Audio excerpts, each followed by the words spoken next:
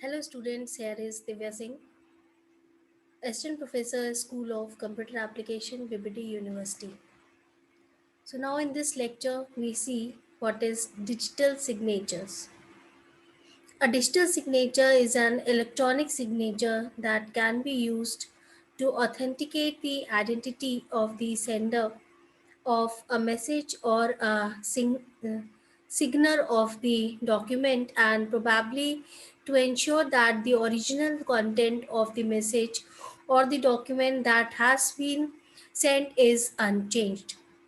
Now see the exact definition, that is digital signature is a computer data compilation of any symbol or or series of symbols executed, adopted, or authorized by an individual to be legally binded equivalent to the individual's handwritten signatures.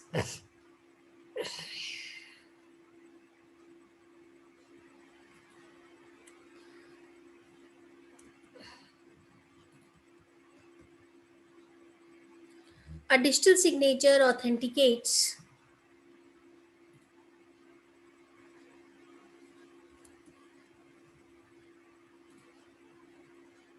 electronic documents in a similar manner. A handwritten signature authenticates printed documents. A digital signature is issued by a certification authority, that is CA, and is signed with the certification authority private key.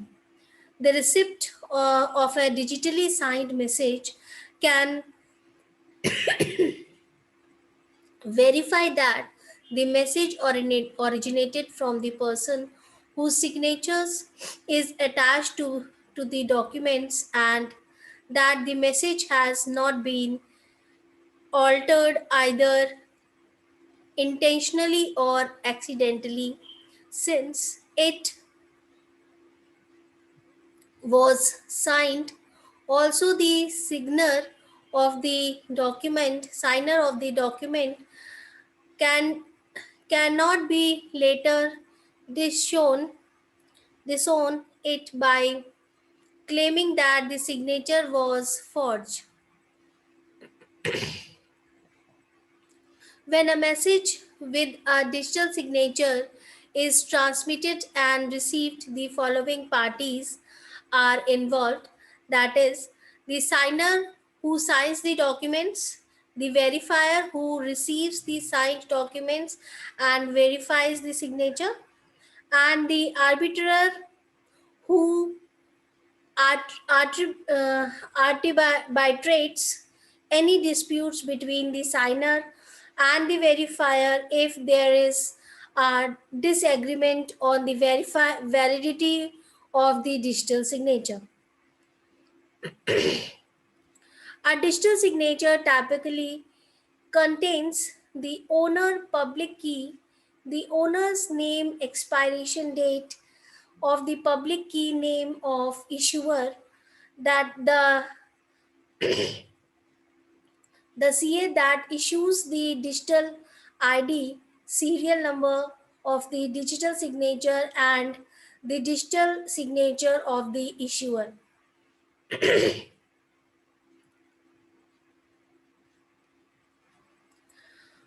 Digital signatures are based on a combination of public key encryption and only way hash functions that converts a message of any length into a fixed length message digest known as hash function.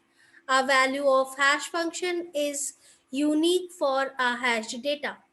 Any change in the data, even deleting or altering a single character, result in a different value content of the hash data, cannot be deduced from hash, which is why it is called one way. The encrypted hash, along with the other information such as hashing algorithm, is known as digital signatures. Now see here a diagram which shows how the data is sent with the digital signature. Now see, here is a message with the one-way hash function, and with the one-way hash function, and the message with the digital signature is sent to the digital signature, and with the encryption private key message is digest, and with the digital signature one-way hash function locally it is centralized message digest, and message digest with the public key recorded message digest with the compare method.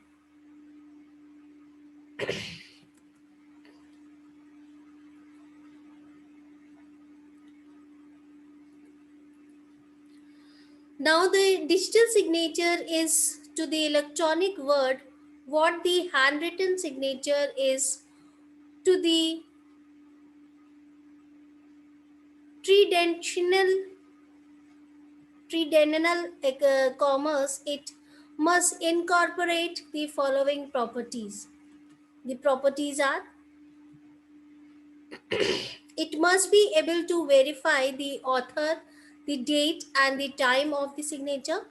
It must be able to authenticate and content at the time of the signature. It must be verifiable by the third parties. In the case of any dispute, the above parties place the following requirements of the digital signatures, that is, the digital signatures must be the bit pattern that is dependent on the message being signed. The prevent forgery and the denial sorry, the signature must use some information unique to the sender. The digital signature must be easy to generate.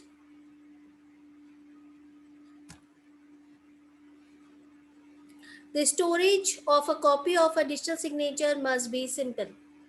The forging the signature must be computationally infeasible, that is, either by constructing a fraudulent signature for a given message or constructing a new message with an existing signature. The signature must be easy to recognize and verify. Next, the secret key signature. This approach involves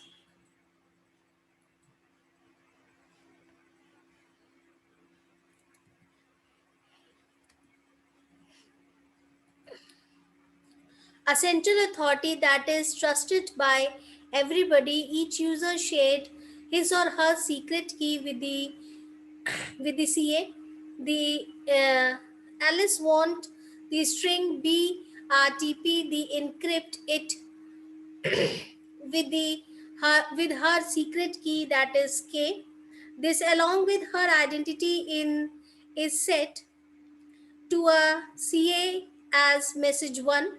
The CA, on observing the message from Alice, decrypts it with her key K and exact the plain text P, the timestamp T, and the random number R. The CA then combines these strings and sign it with its own signature K.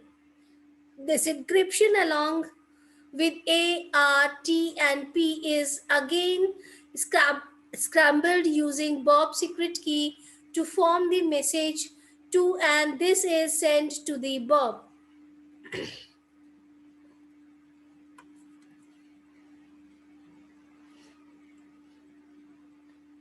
Now Bob decrypts it with his key K to extract P and K. ATP, the signed message from CA, to stored by the Bob as a proof that Alice has sent P to Bob. In case of any dispute, when Bob claims to have received the message from Alice and denies it, the CA can decrypt the KATP portion of the message received by Bob and verify the fact that the message was indeed sent by Alice to the Bob.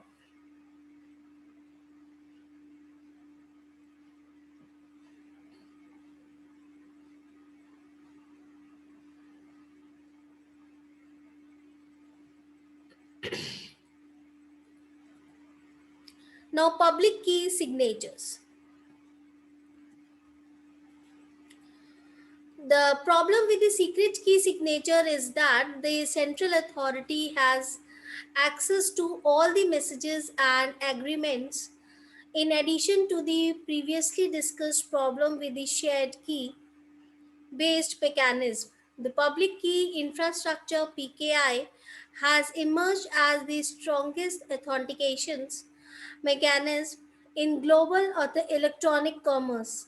As described earlier, the public key encryption and decryption algorithm have the properties DEP equals to P and EDP equals to P, where D and E denotes usage of private and public key respectively.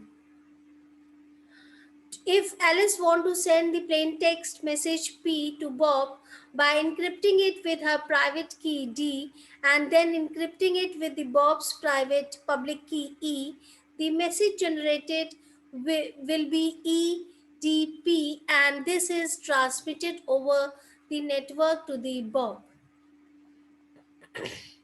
The Bob, on receiving this message, first decrypts the message using the private key D to extract DP.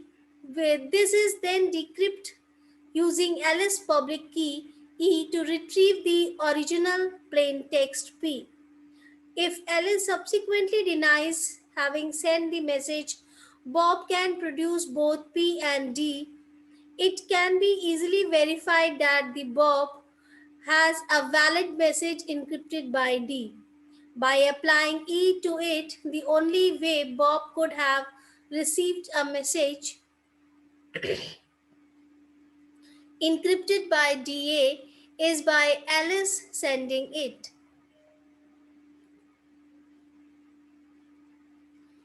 Here we see that the digital signature, the public key cryptography, here Alice key A PDA DAP with the Bob public key EB, then sent to the Bob, that's Bob public key DB, and private key EBEA to plain text.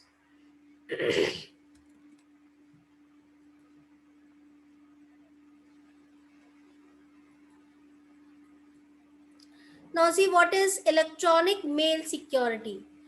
In these two schemes that are extensively used to ensure the privacy of emails are pretty good privacy, that is PGP, and privacy enhanced mail, that is PEM. Sorry. Now see what is pretty good privacy PGP.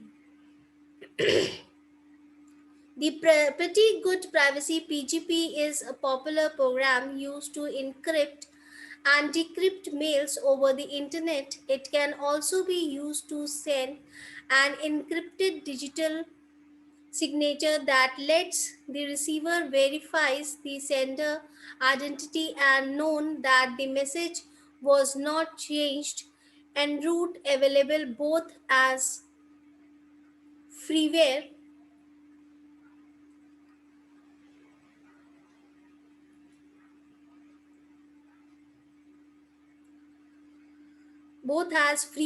and in the low cost commercial version. PGP is the most widely used privacy ensuring programs by individual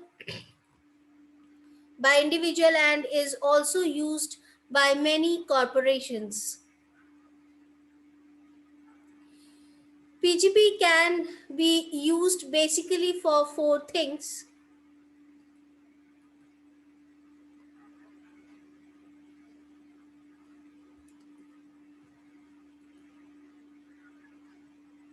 that is, encrypting a message or a file so that only the recipient can decrypt and read it.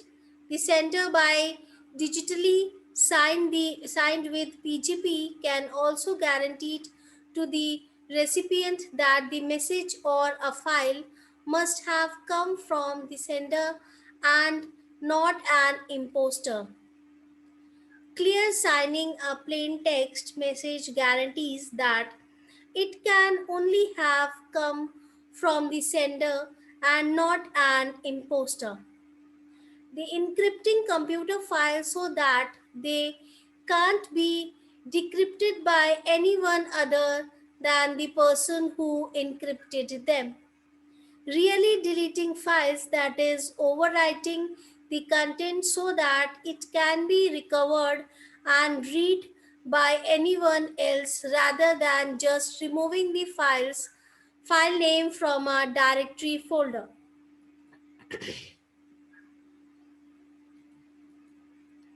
Now, GP provides two services, that is encryption and digital signatures. Now see what is encryption. Encryption allows a user to encode a file for storage locally or for transmission as an email message. The local storage option is handy if you are worried about other people having access to files on your machines. The email option available enables the PGP to be used for private exchanges over a network. The PGP encrypted encrypts the entire contents of the message in such a way that only the intent recipient can decode and read the message. Anyone else who attempts to capture or copy the message en route with receive meaningless garbage. Now see the digital signatures. The digital signatures services allows a user to sign a document before transmission in such a way that anyone can verify that the signature is genuine and belongs with a particular document.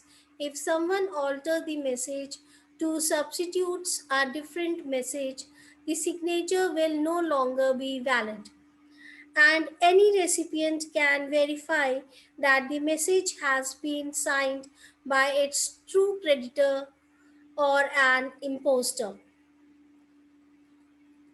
Now see what is PEM, that is privacy enhanced mail.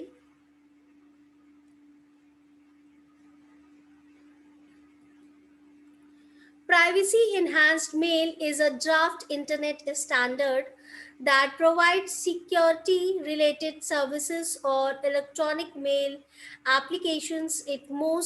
Common, most common use is in conjunction with the internet standard simple mail transfer protocol, that is SMTP, but can be used with any electronic mail scheme.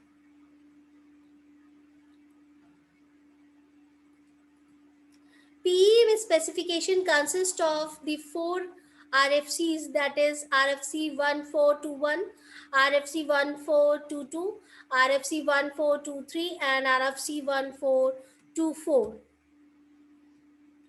And RFC 1421 is the message encryption and authentication processes.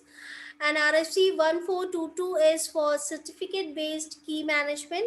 And RFC 1423 algorithm modes and identifiers. RFC 1424 key certifications and related services. PEM is an end-to-end service that is transparent to intermediate mail forwarding element. The underlying mail system needs to be altered to accommodate PEM. It provides protection other mail transport environment. PEM also support the use of advanced manual distribution key of centralized key distribution based on symmetric encryption and use of public key certificates. This requires the communicating end system to share the same key distribution mechanism. Specifically, PEM provides the following capabilities, that is, disclosure protection, originator authenticity,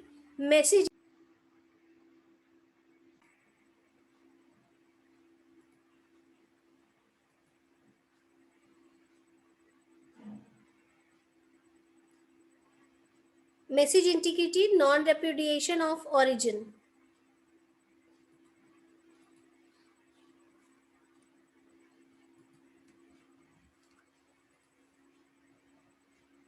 The message sent using PEM are the first converted to a canonical form so that they have the same convention about white spaces, tab, trailing spaces, etc. Use of carriage, returns, and line feeds. This transformation ensures that the message transfer agent are unable to modify the content. A hash message is then computed using MD2 or MD5. The combination of the hash and the message is encrypted.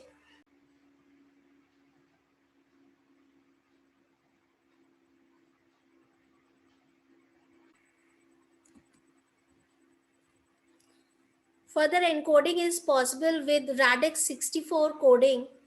The output is then delivered to the recipient. Each message is encrypted with a one time key which is enclosed along with the message. At the receiving end, the reverse process for decryption takes place. Now, thank you for listening.